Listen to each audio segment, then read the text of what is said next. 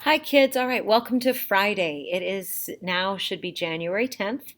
And this week, you've done a lot already. You've reviewed everything that we did first semester and gave me some suggestions for second semester. You did your first pretest. You started learning about the synthesis timed right. Today, I hope you brought your 50 essays books to class because first we're going to talk a little bit more about the synthesis essay, and then you're going to have an assignment that you're going to need to do. Let's start with the synthesis essay. So we are talking today, yesterday we talked about introductions. Today we're going to talk about how you support your position with reasoning and evidence within the synthesis essay. So the first thing you want to make sure of is that each paragraph in your essay contributes to the development of whatever your main thesis statement is. And that means that you should have claims that are reasons why you believe what you believe.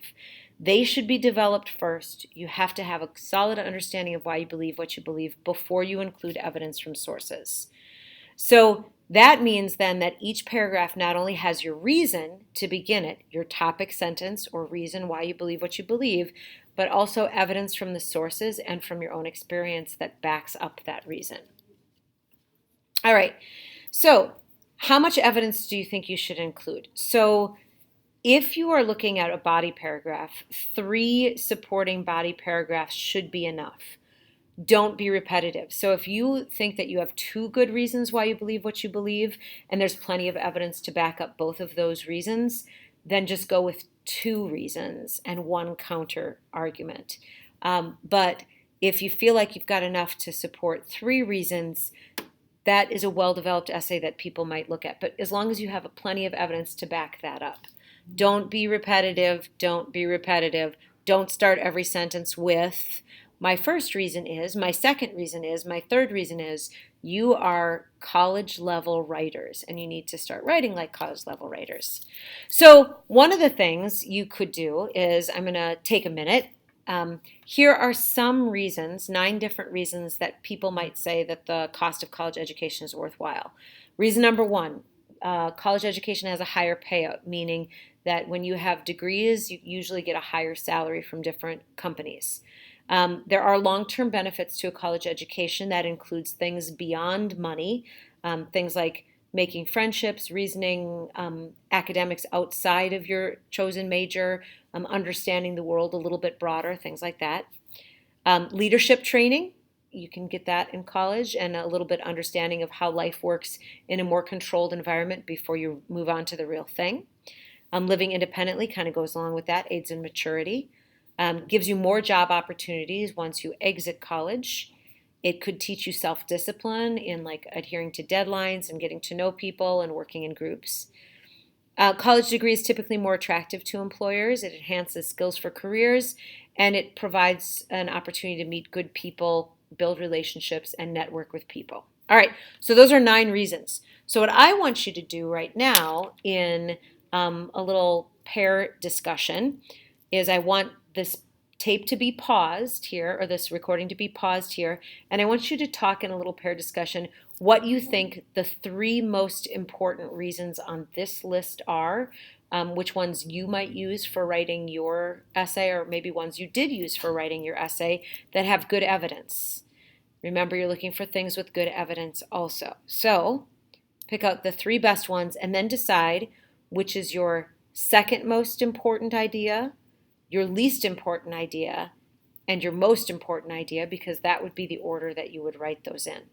Okay, go ahead and pause the recording, and then when you get back on, we'll see how you did. Okay, hopefully you chose 3 important ideas and you put them in emphatic order, determining what kind of evidence that were available in the sources and everything like that. Let's take a look at the opposing side, because when you're doing this, you have to think of your opposing side as well. So here are 8 reasons why the cost of college education is not worthwhile. You are not guaranteed a job in your major. You might need, because of your family situation, you might need money before you need school. So you might have to go get a job after high school in order to do what you need to do. The debt sometimes can be a waste if you don't use the degree when you graduate. There is a higher demand for tradesmen in the future than there are for people with college degrees. Skills, trades could point you in a direction of interest, whereas college, you might be floundering around for a while and spending a lot of money. Going along with that, you could rush into a major immaturely, like choosing the wrong major for yourself, and then you'd have to switch majors, and then it's more money, or you might not be 100% sure what you want to do. Then there's the people who are too smart for college. You might have a billion-dollar idea that you could start right out of college. So there's 1% of you who could go right into creating your entrepreneurship right there. And then people believe that hands-on experience is a little bit better than theory. So learn by doing. Get out into the world and live life by doing, not by learning about it.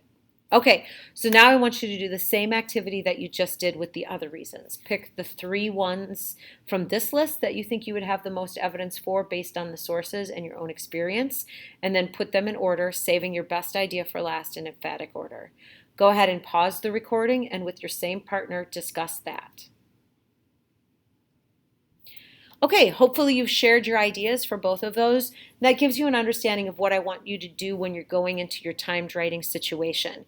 Write down as many ideas as you can possibly think of that support both sides first before you look at the sources. When you finish looking at the sources, come back to your reasons or your ideas that you have on your first page and choose the ones from each side that you believe are your strongest before you begin to write anything. And then decide which side you actually want to go with. Okay, let's move on to a new topic, not the college education one anymore. So our new topic is tracking or ability grouping in high schools. This is where people get sorted into different classes. Like if you take a look at the junior class, ability grouping sorted in this way. The students who have the least ability in English typically go into English 3. Those who are kind of like middle range college bound kids but whose skills need a little more brushing up typically go into American Studies. And then those kids who are considered at the top of the class in their English skills typically go into AP Language and Composition. That's called ability grouping. You had the same thing from the time you were a freshman. You were either in honors freshman English or regular freshman English. And as a sophomore, honors sophomore English or regular sophomore English. So that's our new topic. Some educators think that students make greater educational gain when they are grouped according to ability. Others claim that ability grouping does more harm than good. That's where we are.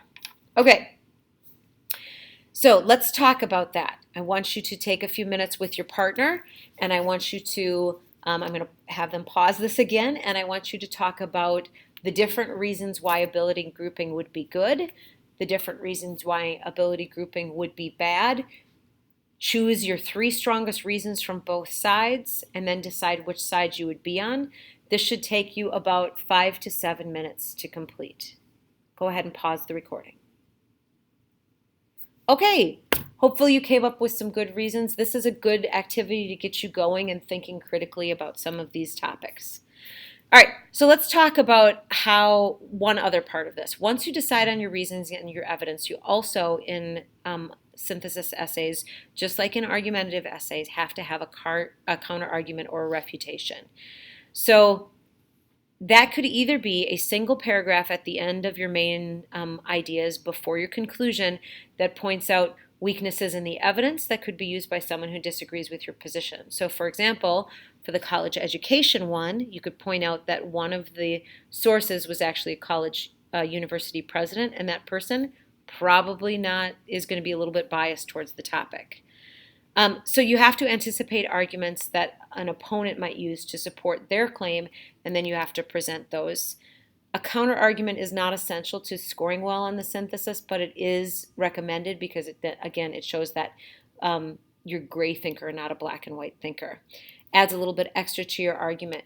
Make sure that at the end of that refutation paragraph, just like you did in Major Paper 2, to come back with an argument that opposes the but. Yes, many people believe this, but, and then your final argument about whatever it might happen to be. Okay, so we're going to take a moment, and I'm going to have you pause this because I want you to think of refutation paragraphs. The great thing that you can do for refutation paragraphs is you can take something from that con column and you can use one of the strongest ideas from the con column from the two different decisions that you made and use it to show what your counter argument would be. Please don't choose the weakest argument to use as your counter argument. Okay, because this is a really long recording, I'm going to have to record the second part of today in another screencast. So I'll be right back with a different screencast.